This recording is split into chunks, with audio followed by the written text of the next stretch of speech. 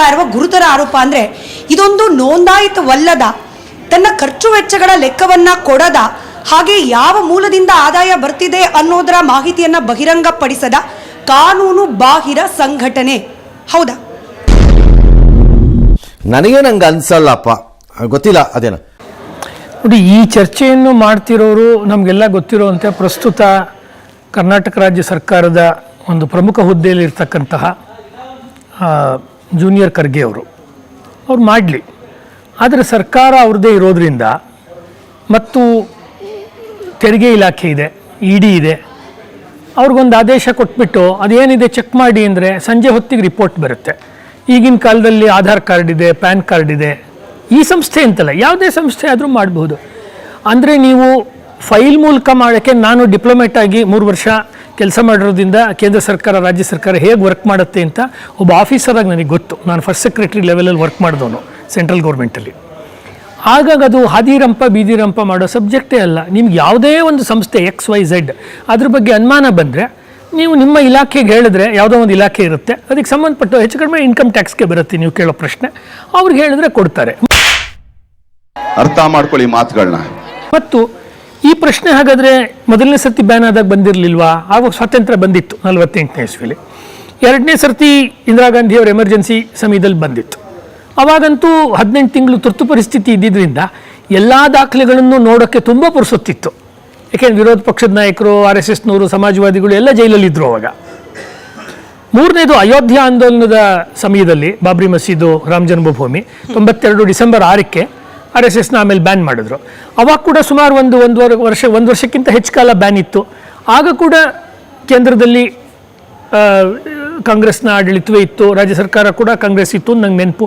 ಅವಾಗ ಕೂಡ ಮಾಡ್ಬೋದಿತ್ತು. ಅಥವಾ 10 ವರ್ಷಗಳ ಕಾಲ ಮನಮೋಹನ್ ಸಿಂಗ್ ಅವರ ಆಡಳಿತದ ಎರಡು ಅವಧಿಯ ಒಂದು ಸರ್ಕಾರ ಇತ್ತು, ಆಗಲೂ ಮಾಡ್ಬೋದು. ಸಿದ್ದರಾಮಯ್ಯನವರೇ ಈಗ 2ನೇ ಸರ್ತಿ ಆಯ್ಕೆಯಾಗಿ ಬಂದಿದ್ದಾರೆ. ಅದಕ್ಕೆ ಮುಂಚೆ ಕುಮಾರಸ್ವಾಮಿ ಅವರಿದ್ದರು, ಮತ್ತೊಬ್ಬರಿದ್ದರು. ಕರೆಕ್ಟಾಗಿ ಹೇಳ್ತಿದ್ದೀರಾ ನೀವು. ಇದು ಆರೋಪ ಮಾಡ್ತಿರೋದು ಕೇವಲ ಪ್ರಿಯಾಂಕ್ ಖರ್ಗೆ ಒಬ್ಬರೇ ಅಲ್ವಲ್ಲ.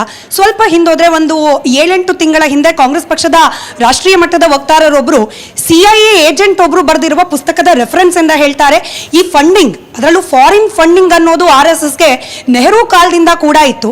ನೆಹರು ಸರ್ಕಾರವನ್ನ ಡಿಸ್ಟೆಬಿಲೈಸ್ ಮಾಡಕ್ಕೆ, ಅಂದಿನ ಕಾಂಗ್ರೆಸ್ನ ಅಧ್ಯಕ್ಷರಾಗಿದ್ದ ಕಾಮರಾಜ್ ಅವರ ಹತ್ಯೆ ಮಾಡಲಿಕ್ಕೆ ಅಮೆರಿಕಾದಿಂದ RSSಗೆ ಫಂಡಿಂಗ್ ಆಗ್ತಾ ಇತ್ತು. ಇದಕ್ಕೊಂದು ಅಕೌಂಟಬಿಲಿಟಿ ಬೇಕಲ್ವಾ? ಅಟ್ಲೀಸ್ಟ್ ಸ್ಪಷ್ಟನೆ ಬೇಕಲ್ವಾ ಅಂತ.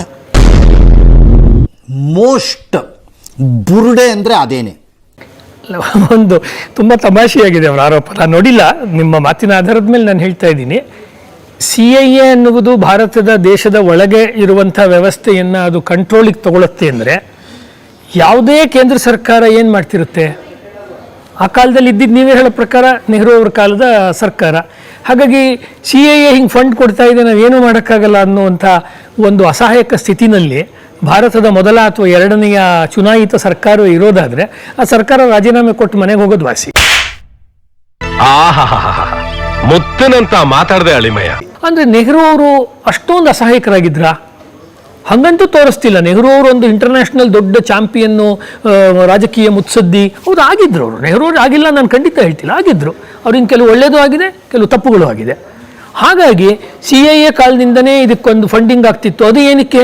ಭಾರತವನ್ನು ದುರ್ಬಲಗೊಳಿಸೋಕ್ಕೆ. RSSನ ಮೂಲ ಉದ್ದೇಶನೇ ಭಾರತವನ್ನು, ಹಿಂದೂಗಳನ್ನು ಸಂಘಟನೆ ಮಾಡೋದು ಅಂತಿರುವಾಗ, ಮತ್ತು ಯಾರು ಬೇಕಾದರೂ RSSನ ಕೆಲಸಕ್ಕೆ ನಿಮಗೆ ಆ ತತ್ವ ಸಿದ್ಧಾಂತ ಇಷ್ಟ ಇದ್ದರೆ ಬರ್ಬೋದು ಅಂತ ಅದು 100 ಸರ್ತಿ RSS ಮತ್ತೆ ಹೇಳಿರುವಾಗ ಅದಕ್ಕೆ ಅವಕಾಶನೇ ಇಲ್ಲ. ಇನ್ನೂ ನೀವು ಕೇಳಿದ್ದಕ್ಕೆ ಹೇಳಬೇಕು ಅಂದರೆ, ಒಂದು ಗಣತಂತ್ರ ದಿವಸದ ಪೆರೇಡ್ನಲ್ಲಿ ಸ್ವತಃ ನೆಹರು ಅವರೇ RSSನ ಒಂದು ತುಕಡಿ, ಒಂದು ಗುಂಪು ಬಂದು ಗಣತಂತ್ರದ ಪೆರೇಡ್ನಲ್ಲಿ ಅವ್ರು ಭಾಗವಹಿಸ್ತಾರೆ. ಅದು ಫೋಟೋನೇ ಇದೆ. ಅದು ಈಗ ಗೊತ್ತಾಯ್ತು. ಈ ಉದಾಹರಣೆಗೆ ಅನೇಕ ಭಯೋತ್ಪಾದಕ ಇಸ್ಲಾಮಿನ ಹೆಸರಿನ ಸಂಘಟನೆಗಳು ನಮ್ಮ ದೇಶದಲ್ಲಿ ನಡೀತವೆ. ಎಷ್ಟೊಂದು ಸತಿ ಗೌರ್ಮೆಂಟೇ ರೈಡ್ ಮಾಡ್ತಾ ಇರುತ್ತೆ. ಅವ್ರಿಗೆ ಅನೇಕ ಅಕ್ಕಪಕ್ಕದ ಬಾಂಗ್ಲಾದೇಶದಿಂದನೋ, ಪಾಕಿಸ್ತಾನದಿಂದನೋ, ಇನ್ನೊಂದು ದೇಶದಿಂದನೋ ಫಂಡ್ ಬರ್ತಾ ಇತ್ತು, ಶಸ್ತ್ರಾಸ್ತ್ರಗಳಿಗೋಸ್ಕರ ಕೊಂಡ್ಕೊಳ್ಳೋಕೆ ಬರ್ತಿತ್ತು ಅಂತೇಳಿ ನಮಗೆ ಮಾಹಿತಿ ಸರ್ಕಾರವೇ ಕೊಟ್ಟಿರೋದಿದೆ ಅಲ್ವಾ? ಆ ಸ್ವರೂಪಕ್ಕೂ ಈ ಸ್ವರೂಪಕ್ಕೂ ಏನು ವ್ಯತ್ಯಾಸ ಆಗುತ್ತೆ ಅಂದರೆ, ಅಲ್ಲಿಂದ ಯಾರು ಫಂಡ್ ಮಾಡಿದರೆ ಅವರು ವಾಲಂಟ್ರಿಯಾಗಿ ಮಾಡಿರ್ತಾರೆ. ಮಾಡಬೇಕಾದ್ರೆ ಅದು ಗೌರ್ಮೆಂಟಿನ ಚಾನೆಲ್ ಮೂಲಕ ಒಂದು ರೂಪಾಯಿ ಕೂಡ ಬರೋಕ್ಕಾಗಲ್ಲ ಅಲ್ವಾ? ಬಂದಾಗ ಅದು ಎಲ್ಲ ರೀತಿಯ ತಪಾಸಣೆ ಅಂತಿರೋ, ಆಡಿಟ್ ಅಂತಿರೋ, ಏನು ಹೇಳ್ತಿರೋ ಅದೆಲ್ಲದಕ್ಕೂ ಅದು ಒಳಗಾಗೇ ಇರುತ್ತೆ. ಅದೇ ನಾನು ನಿಮ್ಗೆ ಅವಾಗಿಂದ ಹೇಳ್ತಾ ಇರೋದು, 2014 ನಂತರ ಏನೋ ಒಂದು ಇವ್ರಿಗೆ ಅನುಕೂಲವಾಗುವ ಸರ್ಕಾರ ಇದೆ ಅಂತ ಉಳಿದವ್ರು ಭಾವಿಸೋದಾದರೆ ಹಾಗೇನಿಲ್ಲ ನನ್ನ ಪ್ರಕಾರ. ಅದೇನೇ ಆಯಿತು, ಹಾಗೆ ತೊಗೊಂಡ್ರು ಕೂಡ. ಅದಕ್ಕಿಂತ ಮುಂಚೆ 60-70 ವರ್ಷ ಇಲ್ಲಿ ಹಾಗಾದರೆ ಗೃಹ ಇಲಾಖೆ ಏನು ಮಾಡ್ತಿತ್ತು, ಇಲ್ಲಿಯ ಫೈನಾನ್ಸ್ ಡಿಪಾರ್ಟ್ಮೆಂಟ್ಸ್ ಏನು ಮಾಡ್ತಿತ್ತು ಅಲ್ವಾ? ಹಾಗಾಗ್ಬಿಟ್ರೆ ಏನಾಗುತ್ತೆ, ಇವ್ರು ಹೇಳೋ ಮಾತೇ ನಿಜ ಅಂದರೆ ಆ ಎಲ್ಲ ಇಲಾಖೆಗಳ ವೈಫಲ್ಯವನ್ನು ತೋರಿಸುತ್ತೆ. ಅಷ್ಟು ದೀರ್ಘಕಾಲದ ವೈಫಲ್ಯವನ್ನು. ಒಂದ ವೈಫಲ್ಯ ಇಲ್ಲ ಅಂದ್ರೆ ಕಾಂಗ್ರೆಸ್ ಸರ್ಕಾರ ಅಥವಾ ಕಾಂಗ್ರೆಸ್ ನೇತೃತ್ವದ ಸರ್ಕಾರ ಕೂಡ ಇದಕ್ಕೆ ಪೂರಕವಾಗಿ ಕೆಲಸ ಮಾಡ್ತಿತ್ತು ಅಲ್ವಾ? ಅಂದ್ರೆ ಇವ್ರೇನ್ ಮಾಡ್ತಿದ್ದಾರೆ, ಕಾಲ್ ಮೇಲೆ ಕೊಡ್ಲಿ ಹೊಡ್ಕೊಳ್ಳೋ ತರ ತಮ್ಮ ಸುದೀರ್ಘಾವಧಿಯ ಕೇಂದ್ರ ಸರ್ಕಾರಗಳ ವೈಫಲ್ಯವೇನೋ ಅನ್ನೋ ತರವೇ ಆಗತ್ತೆ ಮುಂದುವರೆದು. ಅವಾಗ ಕೊಟ್ಟ ಮಾತಿನಂತೆ ನಡ್ಕೊಂಡಿದೀವಿ. ರಾಮ ಮಂದಿರ ಟ್ರಸ್ಟ್ ನಿರ್ಮಾಣ ಆದ ಸಂದರ್ಭದಲ್ಲಿ, ರಾಮ ಜನ್ಮಭೂಮಿಯಲ್ಲಿ ಅಯೋಧ್ಯೆ ಮಂದಿರವನ್ನ ಕಟ್ಟೋ ಸಂದರ್ಭದಲ್ಲಿ ಅಲ್ಲಿನ ಭೂಮಿ ಅಂದ್ರೆ ಆ ಮಂದಿರಕ್ಕೋಸ್ಕರ ಭೂಮಿ ಖರೀದಿ ಮಾಡೋ ಸಂದರ್ಭದಲ್ಲೂ ಕೂಡ ಅನೇಕ ಅವ್ಯವಹಾರಗಳಾಗೋಯ್ತು. ಟ್ರಸ್ಟ್ನ ಅಡಿಯಲ್ಲಿದ್ದ ಹಣವನ್ನ ಕೂಡ RSS ಹಾಗೆ ಬಿಜೆಪಿ ದುರುಪಯೋಗ ಮಾಡ್ಕೊಳ್ತು ಆರೋಪ ಮಾಡ್ತಾ ಇರೋದು ಪ್ರಿಯಾಂಕಾ ಗಾಂಧಿ ಅವರು. ಇವಳು ತಾಯಿ, ಇವಳನ್ನ ಹೆಂಗಸು ಅಂತ ಕರಿಬೇಕೀಗ ಜನ.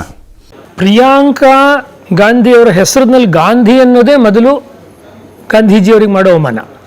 ಯಾಕೆಂದ್ರೆ ಅವರು ಗಾಂಧಿ ಪರಿವಾರದವರಲ್ಲ. ಸತ್ಯವನ್ನೇ ಗಾಂಧೀಜಿಯವ್ರ ಬಗ್ಗೆ ನಂಗೆ ವೈಚಾರಿಕವಾಗಿ ಕೆಲವು ಭಿನ್ನಾಭಿಪ್ರಾಯ ಇದೆ ಸಂಶೋಧಕನಾಗ, ಅದು ಬೇರೆ.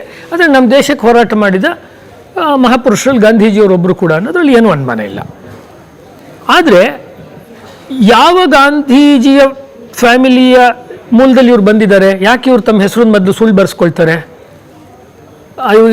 ಇವರು ಚುನಾವಣಾ ಆಯೋಗಕ್ಕಾಗಲಿ ಅಥವಾ ಆಧಾರನ ಮಾಡುವ ಆಧಾರ ಸಂಸ್ಥೆಗಾಗಲಿ ತಪ್ಪು ಮಾಹಿತಿಯನ್ನು ಕೊಡ್ತಾ ಇರೋದೇ ನಾಗರಿಕರಾಗಿ ಇವ್ರು ಮಾಡ್ತಿರೋ ಮೊದಲನೇ ಕಾನೂನು ಉಲ್ಲಂಘನೆ. ಆ ದೃಷ್ಟಿಯಿಂದ ನೀವು ಯಾರ ಹೆಸರು ಹೇಳಿದ್ರೆ ಅವ್ರ ಮೇಲೆ ಸೂಕ್ತವಾದ ಕ್ರಮವನ್ನು ಸಂಬಂಧಪಟ್ಟ ಇಲಾಖೆಯವರು ಕೂಡಲೇ ತಗೋಬೇಕಾಗತ್ತೆ.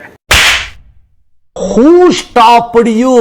ನಿಮ್ಮನ್ನ ತಡೆದಿರುವವರು ಯಾರು?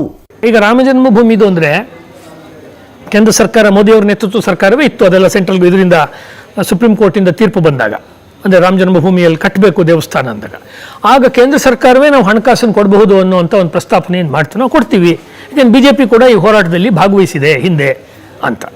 ಅವಾಗೇನು ರಾಮ ಜನ್ಮಭೂಮಿ ನ್ಯಾಸ್ ಮಂಚ್ ಟ್ರಸ್ಟಿನ ಜನ ಹೇಳಿದ್ದು, ಇದು ಜನತೆಯ ಹೋರಾಟ, ಸಾಮಾನ್ಯ ಜನ ಹೋರಾಡ್ಕೊಂಡು ಬಂದಿದ್ದಾರೆ. ವಿಶ್ವ ಹಿಂದೂ ಪರಿಷತ್ನವರೆಲ್ಲ ಆಮೇಲೆ ಜಾಯಿನ್ ಆದರೂ ಅದರಿಂದ ಚಳುವಳಿಗೆ ಬಲ ಬಂತು. RSSನವರು ಬರೋಕ್ಕಿಂತ ಮುಂಚೆ ಕೂಡ ರಾಮ ಜನ್ಮಭೂಮಿ ಹೋರಾಟ ನಡೆದಿದೆ, ಅದು ಫ್ಯಾಕ್ಟ್. ಅದು 78 ಯುದ್ಧಗಳು ರಾಮ ಜನ್ಮಭೂಮಿಗೋಸ್ಕರ ಒಂದು ಬಾಬರ್ನ ಕಾಲ ಆದಮೇಲೆ ಬೇರೆ ಬೇರೆ ಅಕ್ಬರ್ ಕಾಲದಿಂದ ನಡ್ಕೊಂಡು ಬಂದಿದೆ. ಆಮೇಲೆ ವಿಶ್ವ ಹಿಂದೂ ಪರಿಷತ್ ಬಂದ ಮೇಲೆ ಅದು RSSದೇ ಒಂದು ಪರಿವಾರ ಸಂಸ್ಥೆ ಬಂದಮೇಲೆ ಖಂಡಿತ ಅದಕ್ಕೊಂದು ಮೊಮೆಂಟಮ್ ಅಂತಿರಲ್ಲ, ಒಂದು ವೇಗ ಬಂತು. ಅದ್ವಾನಿಯವರು ಬಂದರು, ಮತ್ತೊಬ್ಬರು ಬಂದರು, ಎಲ್ಲ ಬಂದರು. ಆದರೆ ಇದು ಜನಾಂದೋಲನ ಆದ್ದರಿಂದ ಜನಗಳೇ ₹1 ನಾವು ಕೇಳ್ತೀವಿ ಸಮಾಜದಲ್ಲಿ, ಪ್ರತಿಯೊಬ್ಬರು ₹1 ಕೊಡಿ ಅಂತ. ಅವರು ಟ್ರಸ್ಟಿಗೆ ಕೊಡ್ತಾರೆ. 1 ದಿವಸ 2 ದಿವಸದಲ್ಲಿ ಅಷ್ಟು ಹಣವನ್ನು ಜನಗಳೇ ಸಂಗ್ರಹ ಮಾಡಿ ರಾಮ ಮಂದಿರಕ್ಕೆ ಮಾಡಿದ್ರು. ಹಾಗಾಗಿ ಇಡೀ ದೇವಸ್ಥಾನದ ಖರ್ಚು, ಮುಂದಿನ ಮೇಂಟೆನೆನ್ಸಿಗೆ ಬೇಕಾದ ಲಕ್ಷಾಂತರ ಅಥವಾ ಕೋಟ್ಯಾಂತರ ರೂಪಾಯಿನ ಜನನೇ ಕೊಡಬೇಕಾದ್ರೆ ಯಾವುದೋ ಒಂದು ಭೂಮಿ ಖರೀದಿಯಲ್ಲಿ ಅಲ್ಲಿ ಏನೋ ಒಂದು ಇದಾಗತ್ತೆ, ಅವ್ಯವಹಾರ ಆಗತ್ತೆ ಅಂತಿದೆ ಅಲ್ವಾ, ಅದು ಒಂದು ದೂರದ ಆರೋಪ. ಇನ್ನೂ ನೀವು ಗಮನಿಸಿ, ಭಾರತದ ಸಾಂಸ್ಕೃತಿಕ ಐಡೆಂಟಿಟಿಗಳಲ್ಲಿ ರಾಮ, ಕೃಷ್ಣ, ಶಿವ ಇದೆಲ್ಲ ಒಂದು. ಅದಕ್ಕೆ ಸಂಬಂಧಪಟ್ಟಂಥ ಅಷ್ಟು ದೊಡ್ಡದೊಂದು ಸಮಾರಂಭ ನಡಿಬೇಕಾದ್ರೆ ವಿರೋಧ ಪಕ್ಷದಲ್ಲಿರ್ತಕ್ಕಂಥ ಇವ್ರುಗಳು ಯಾರ ಹೆಸರು ತಾವು ಹೇಳಿದ್ರೆ, ಅವರ ಕಾರ್ಯಕ್ರಮದಲ್ಲಿ ಕೂಡ ಅವ್ರ ಇನ್ವಿಟೇಷನ್ ಇದ್ರೂ ಭಾಗವಹಿಸಲಿಲ್ಲ. ಅವರು ಭಾರತಕ್ಕೆ ಸಂಬಂಧಪಟ್ಟಂಥ, ಹಿಂದೂ ಅನ್ನೋದಕ್ಕೆ ಸಂಬಂಧಪಟ್ಟಂಥ ಯಾವ ಐಡೆಂಟಿಟಿ ಜೊತೆಯಲ್ಲೂ ಪ್ರಿಯಾಂಕ್ ಅವರಾಗಲಿ, ಅಂದರೆ ಅಲ್ಲಿರೋ ಪ್ರಿಯಾಂಕ್ ಅವರಾಗಲಿ, ಡೆಲ್ಲಿಯ ಪ್ರಿಯಾಂಕ್ ಅವರಾಗಲಿ ಅಥವಾ ಕರ್ನಾಟಕದ ಪ್ರಿಯಾಂಕ್ ಅವರಾಗಲಿ ಗುರುತಿಸ್ಕೊಳ್ಳೋಕೆ ರೆಡಿ ಇಲ್ಲ. ಹಾಗಾಗಿ ಅವರು ಪ್ರತಿ ಸತಿ ಎಡವಿ ಬೀಳ್ತಿದ್ದಾರೆ, ಮುಗ್ಗರಿಸಿ ಬೀಳ್ತಿದ್ದಾರೆ. ಇದನ್ನೇ ಜನ ನೋಡ್ತಾ ಇರೋದು.